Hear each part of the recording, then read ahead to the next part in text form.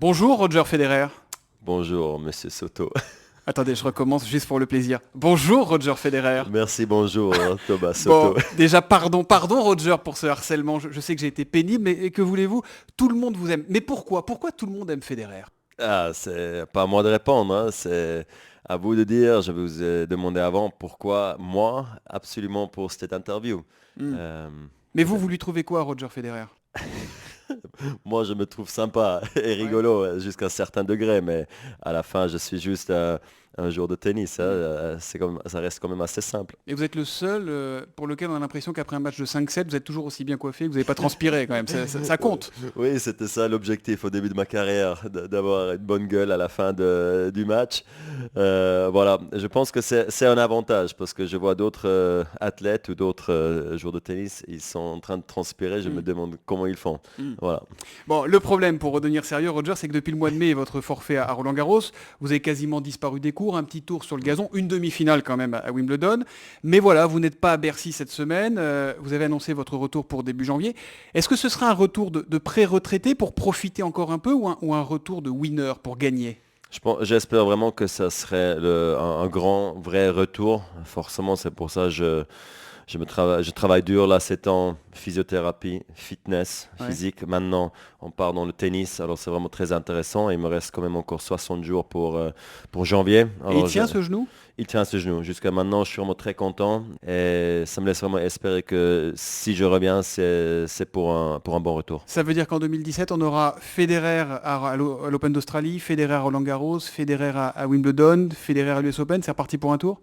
Oui, alors c'est l'idée. En fait, c'est pour ça aussi j'ai pris 6 mois de congé pour revenir pour quelques années et pas juste pour 5 tournois. Hmm. C'était quand même l'idée, ouais. Ce 18e titre en Grand Chelem, dont tous vos supporters rêvent, est-ce que vous y croyez encore, Roger? Oui, j'y crois vraiment. Mentalement, il faut avoir de nouveau la rage et le feu pour vouloir gagner. Mais une fois, peut-être après 3, 4 tournois, on verra si ce sera vraiment possible ou pas. Hmm. Mais aujourd'hui, vous prenez toujours autant de plaisir sur le court? C'est comme au début, c'est comme après les premières victoires? C'est complètement différent. Au début, c'était le rêve de pouvoir jouer contre les joueurs que je connaissais de la télé. Ouais. Alors, c'était incroyable de partager les vestiaires avec eux, de les voir s'entraîner, d'avoir les conseils d'eux, si tu veux. Et après, tout d'un coup, tu joues contre eux. Ils prennent leur retraite. Après, Hmm. toi, un peu le plus vieux, les jeunes qui remontent comme Nadal, Djokovic, Murray. C'est toi, tout d'un coup, le mec de la télé. Ouais. Si tu vois, tout change. Tous ceux qui aiment le beau jeu, le tennis, ont peur du moment où vous nous direz c'est fini. Est-ce que vous savez quand ce sera au fond de vous? Je vous demande pas la date, Non. mais est-ce que vous savez? Non.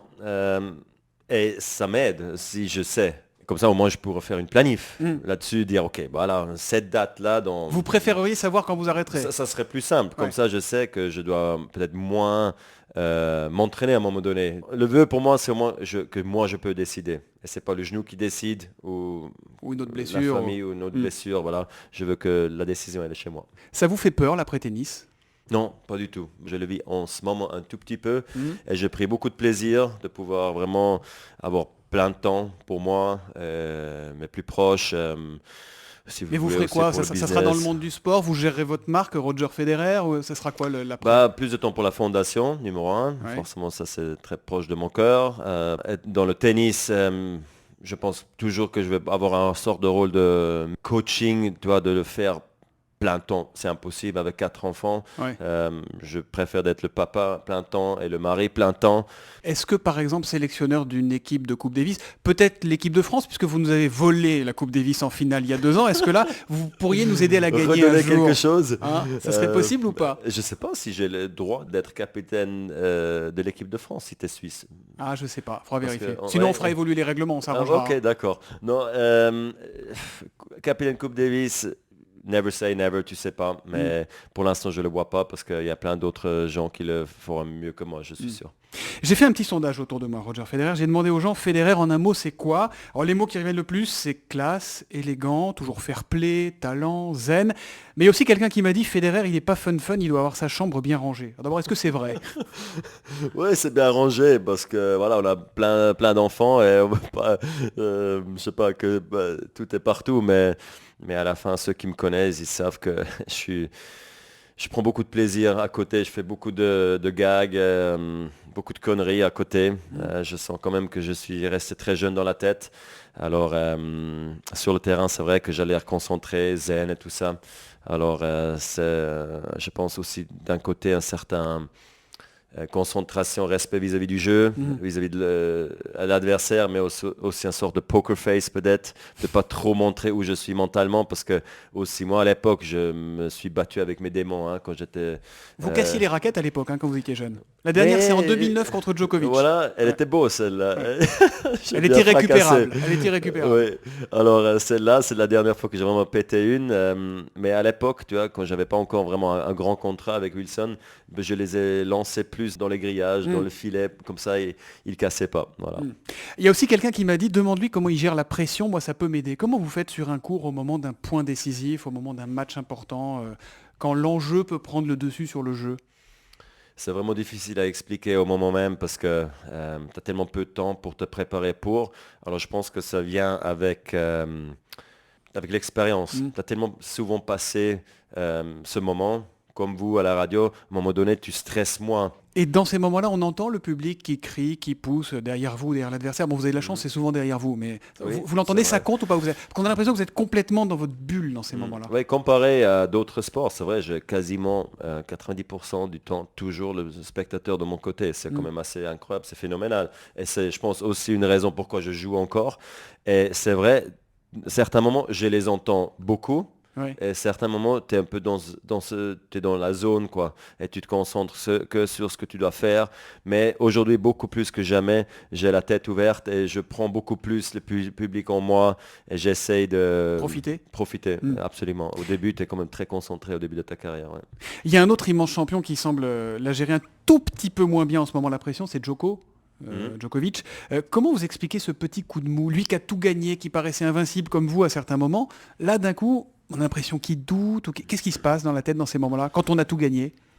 Oui, alors je pense que c'est ça la question. Maintenant, après avoir gagné Roland Garros, qui était le dernier grand titre qui lui manquait à cause je crois, Cincinnati au Masters 1000, il a tout gagné. Je pense qu'il a juste eu besoin peut-être d'un nouveau, voilà, un peu de temps peut-être, c'est tout simple.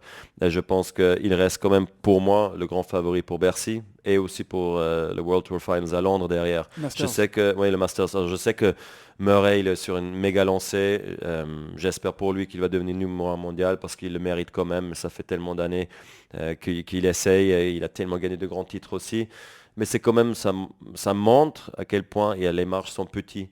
Dès que, peut-être physiquement, mentalement, quelque chose change et tu dois peut-être te réinventer. Peut-être il a eu besoin de ça pendant les dernières 3-4 mois. Ça va être intéressant à suivre comment il va gérer les prochains 3 mois. C'est qui le plus grand dans le tennis, toutes époques et toutes générations confondues? Ouais, je sais, vous êtes humble, c'est difficile à dire pour vous, mais... Non, moi je pense que peut-être Björn Borg, Rod Laver, Roger Pete Federer. Sampras. Moi, je joue encore. On parle des anciens. Et après, forcément, un Rafa, un Djoko, et peut-être moi aussi, on est quand même aussi peut-être dans la conversation. Mais pour moi, Borg, Laver et Sampras, pour moi, c'est quand même Au-dessus. très haut. Et qu'est-ce que vous admirez dans la vie? C'est qui l'idole de Roger Federer? Parce que tout le monde sait que Roger Federer est l'idole de beaucoup de gens, mais l'idole de Roger Federer, c'est qui? Bah, Nelson Mandela, pour moi, malheureusement, je ne l'ai jamais connu. Avec ma mère qui est sud-africaine, et lui, forcément, qui était tellement une personnalité inspirante pour beaucoup de gens.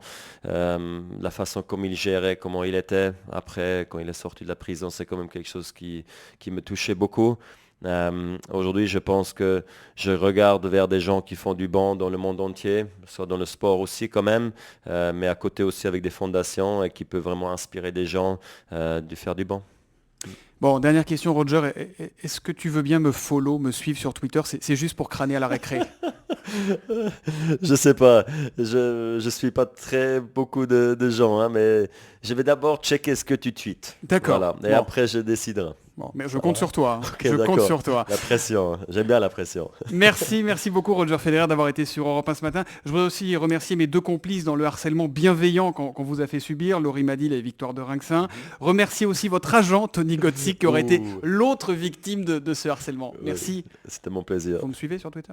Peut-être. Allez, merci. Allez.